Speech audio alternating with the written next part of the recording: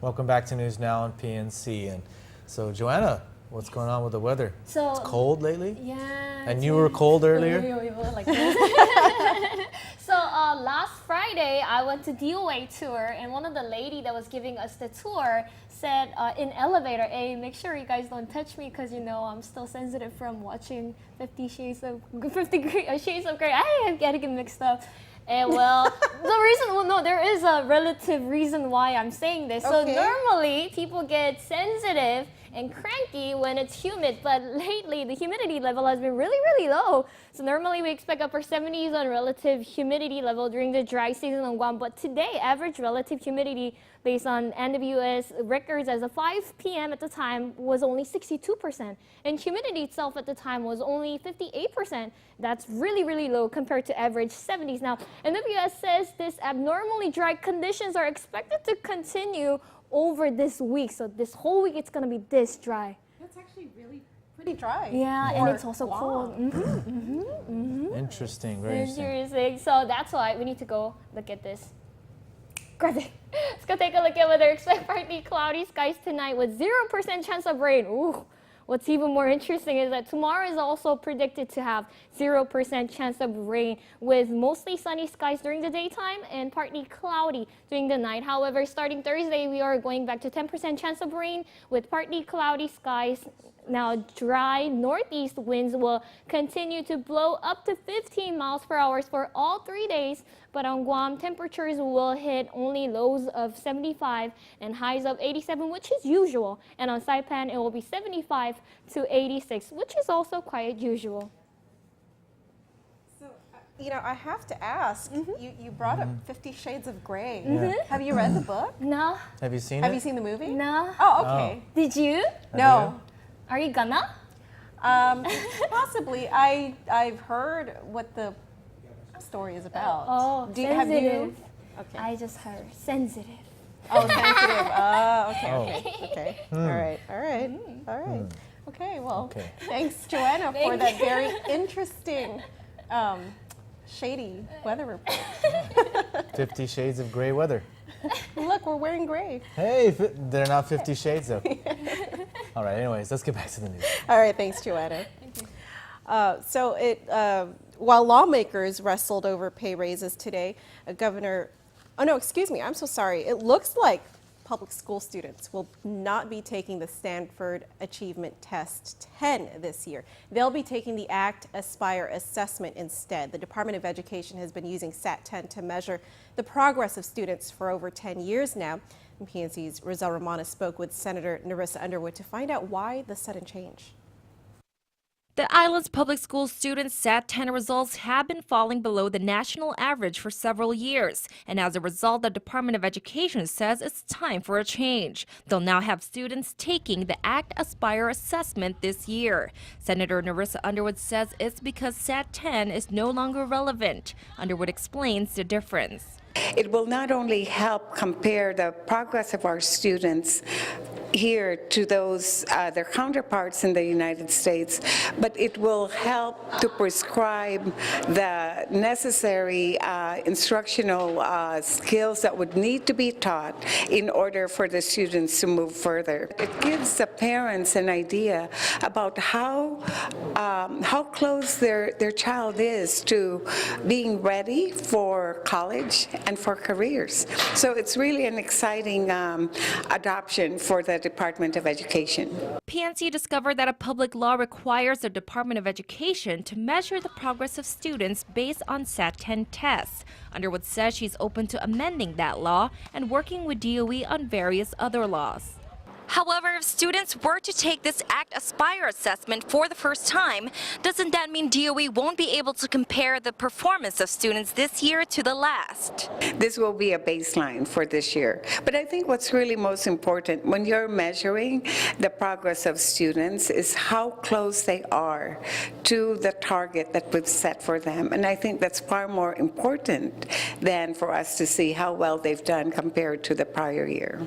Underwood says results of the test will also compare local students to students nationwide. According to ACT Aspire website, the test will evaluate student readiness in English, math, reading, science, and writing through constructed response, selected response, and technology-enhanced items. Rosal Romanes, PNC News.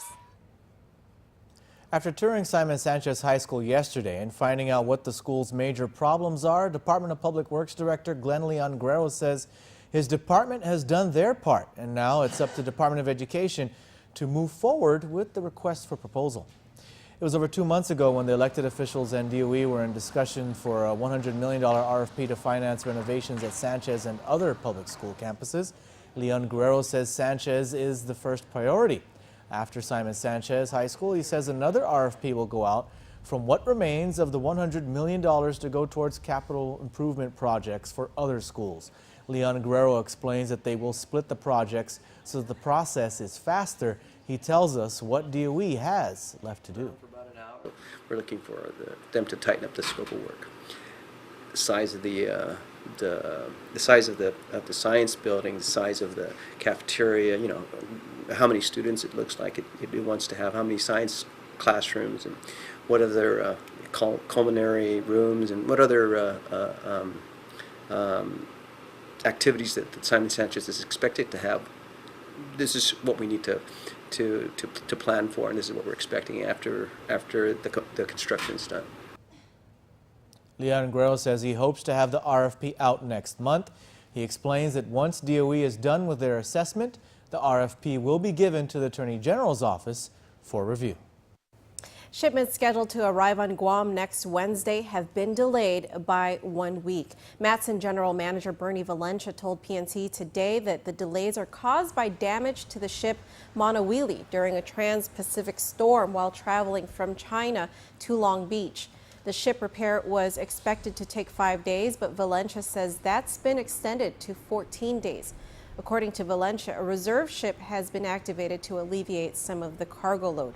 All Guam freight booked on the Monowili has been rebooked for the Monolay, which Valencia says is expected to arrive on March 4th. Valencia says the delays are not tied to the union contract negotiations between the Pacific Maritime Association and the International Longshore Workers Union. As West Coast ports dispute is tying up billions of goods bound for the Pacific and Asia, PNC's Washington correspondent Matt Kay reports that island delegates are keeping a close eye on the situation. Guam Congresswoman Madeline Bordallo and the NMI's Greg Khalili-Sablon are keeping tabs on the situation, but say they haven't heard of problems yet from local companies or individuals. Bordallo's office says the Congresswoman has signed on to letters urging a swift end to the dispute between longshoremen and the Pacific Maritime Association that's halved port capacity. It's feared if the dispute continues, it could impede the flow of consumer and other goods from the mainland to the islands, though some goods and most fuel comes from regional suppliers. The Port Authority of Guam is also a conduit for products going to the Northern Marianas. Senate Finance Committee Republican Chuck Grassley and others have urged the use of federal mediation to end the port slowdown. The piling up of cargo and the number of ships offshore waiting to load or unload is a real major problem. A couple weeks ago, it looked like mediation was going to enter in and solve the problem, and it did, but it didn't solve the problem. Grassley urged President Obama to get directly involved. You remember that I sent a letter in January to the president about this, and I'm not sure I can tell you exactly what emergency actions he can take, but he ought to take those emergency actions, not just for the benefit of agriculture, but for the benefit of consumers generally and manufacturing. Industry witnesses told a Senate panel Tuesday there's such a huge backlog at West Coast ports, it might take 3 to 4 months to restore a normal flow of key products once the dispute is settled. On Capitol Hill, Matt Kay for PNC News. While lawmakers wrestled over pay raises today, Governor Eddie Calvo kicked off his State of the Island address last night with a pledge to further knock down the island's unemployment rate. That was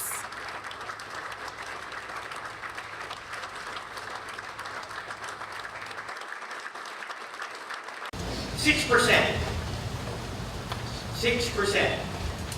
That's where I'd like to see unemployment numbers by the end of this year. 4.5%. That's where I'd like to see unemployment numbers by the end of my term. That was the first and only new real commitment the governor offered in this year's State of the Island address. What followed was a trip down memory lane featuring things like low-cost housing and renewed promises to foster children. Notably absent from this year's address were mentions of a budget surplus or mentions of prudent fiscal management. In its place, a laundry list of gripes launched at the federal government for taking charge of mental health, the Clean Water Act, the Department of Corrections, and the dump. On Guam, the federal government forces us to give and sign blank checks and give carte blanche to receivers that build a solid waste system that is operating at a deficit and that is over budget by tens and tens of millions of dollars, that is paying exorbitant fees to consultants and employees, and that is not self-sustaining, but is instead draining our general fund of over $12 million per year. The governor said he'll try to get Guam lawmakers to pass a bill letting him sue the feds for their part in the dump.